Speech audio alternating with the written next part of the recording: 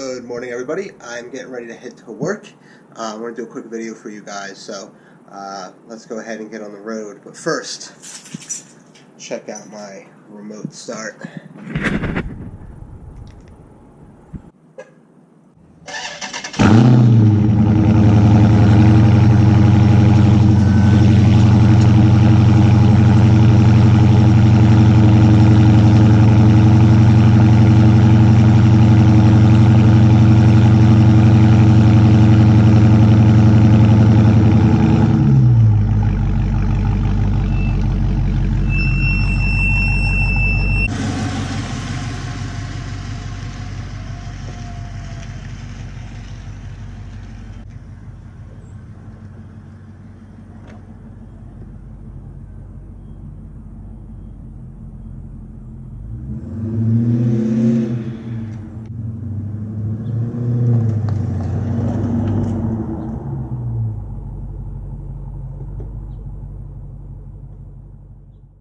Alright guys, let's do this video. I have my heated steering wheel on, my heated seats on. This is some good crap, so let's go on and get out of here and let's talk about the 7 things I love about my Charger Scat Pack.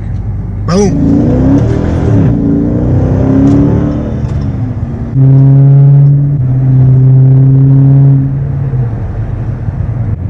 So to start off this video, mentioning my heated steering wheel and my heated seats is sort of like one of the first things that comes to mind about the things I love about this car.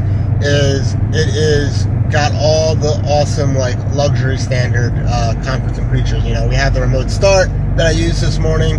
I had the car warmed up, I had the heated steering wheel on, the heated seats on, heat's on. I am beyond toasty. I love all the standard features I didn't even know the car had, because all I cared about was the suspension, brakes, and the motor the car has, which we'll get into in a second. The second thing I want to talk about that I like so much is how comfortable the car is. My very first car that I purchased was a 3000 GT, and kind of like I've been mentioning here and there, why I do have the previous 2 cars. This one, my last one was a Mustang, were domestic V8s.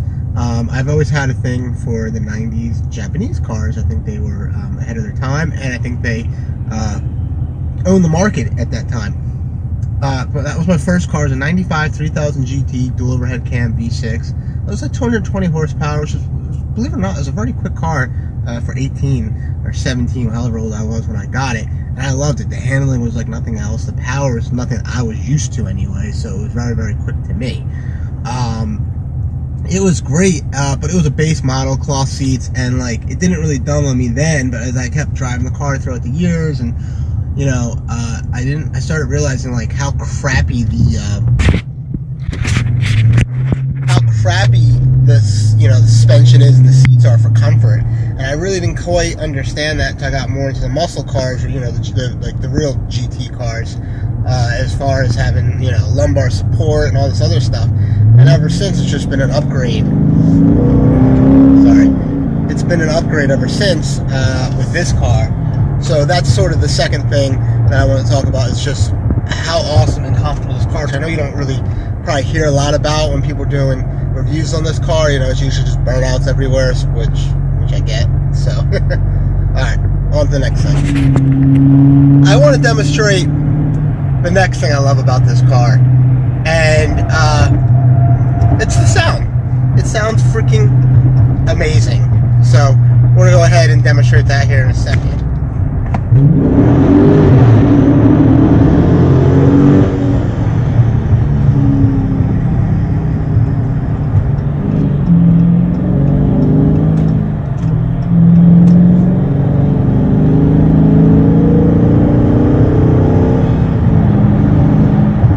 Now I'm not sure how well that came up on the mic, since this is not the best of well, it actually has no external mic. But anyway, this thing sounds amazing. I think it's one of the best sounding V8s, maybe, under the 350, the Mustang Shelby 350 or something like that.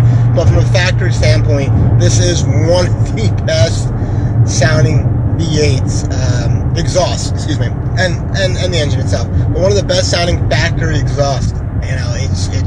It's something, because I barely drive it. I haven't touched it. I haven't cut it out the mid-mufflers or anything like that, although that's a pretty common thing. But it's just so well balanced when I'm just cruising on the highway, you know, I'll demonstrate that here in a second. Actually, I'm just going to go ahead and we're just going to start cruising. Just listen how quiet it is. And you heard it a second ago. So it is just, I love the balance and how awesome, like when I get in this throttle, how this exhaust just sounds. And, you know, I really appreciate it because, you know, my other car that I purchased that was a V8 I mentioned earlier was my 06 Mustang GT. And I love that car as well, very sentimental car to me.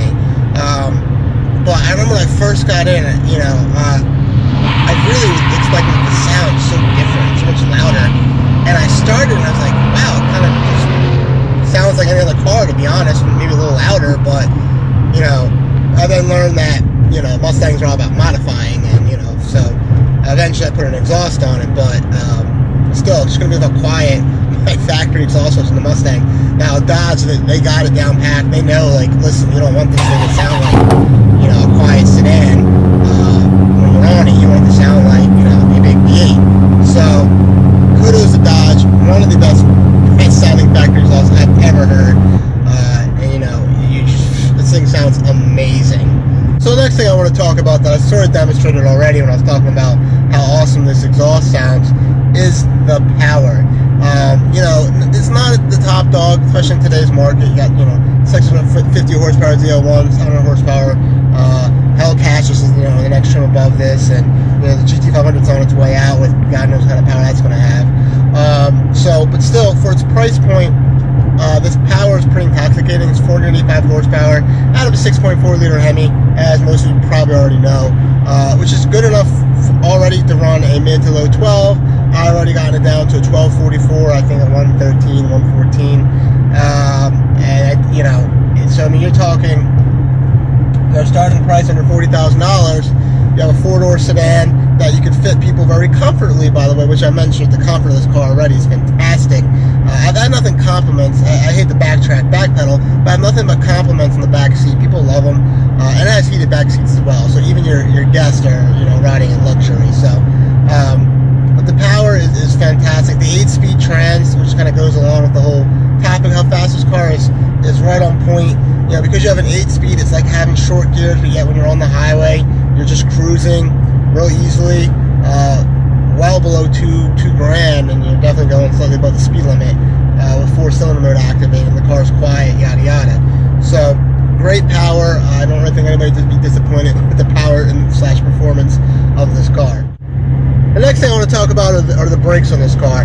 Being this car is around 4,400 pounds, you know, I was really pleasantly surprised how well this car brakes. And after 50,000 miles on this car, it still brakes really well. Obviously, all that credit goes to the 4-piston Brembo brakes on this car, which are actually the old SRT brakes on the previous model, although it's just a facelift. So the new ones have 6 pistons, which I'm sure are just freaking amazing. But I absolutely love how this car stops. You know, it's real important to have a car that can just stop on the dime, especially when you're driving a performance car. It's sort of crucial for many obvious reasons. So I don't think anybody would be disappointed on the way this car stops, especially for the money. The last thing I want to talk about, guys, just kind of ties the whole car in, right? I mean, a car is like a package deal. That's kind of what it is, and everything complements everything else. The fact this car has great pickup, the fact that it brakes so well after you have really good pickup, being comfortable while you're having your fun, you know, the heated seats, all like a package deal. And what really ties this car in for me is just how good looking it is. And I know that's sort of a biased opinion, but I mean, I really don't think many people would argue that this is a really good looking sedan. And that's also kind of the key word. It's a sedan. Like, think about it for a second. How many sedans do you like how they look? They are starting to look nice. Like, the average sedans are looking nice now. Maximas, Camrys, even the Accords really starting to look nice.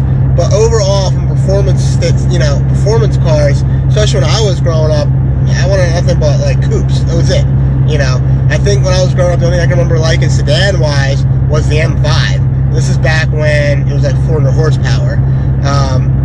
So, and this car looks, and I don't even think I would want it in a 2-door version. I know it's like, we have the Challenger, but I mean, literally, I don't think I'd want this car with just 2 doors. It looks that good with 4 doors. It's like perfectly portioned, and it also adds a certain level of practicality to it. The fact that you have an extra set of seats in the back and a big trunk. I mean, really, this is their sedan that they made look really good with a lot of freaking power. So I can't argue enough how good looking this car is. And, you know, it's hard not to talk about the price point, which I've talked before.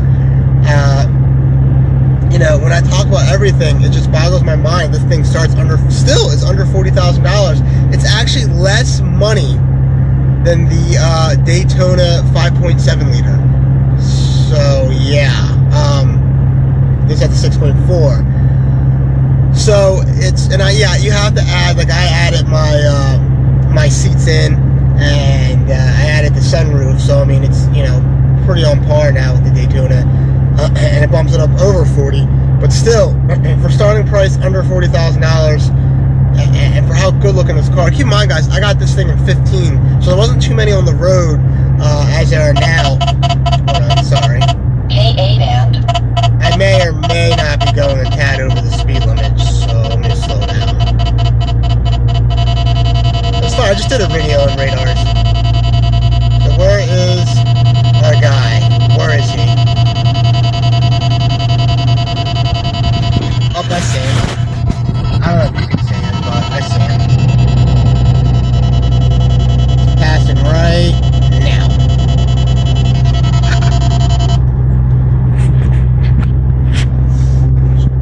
By the way, the state troopers, at least here on the expressway, they're pretty legit. Like, they don't seem to bother you unless you're really doing something stupid as shit. So, kudos to them as well. But kind of back to the video real quick, guys.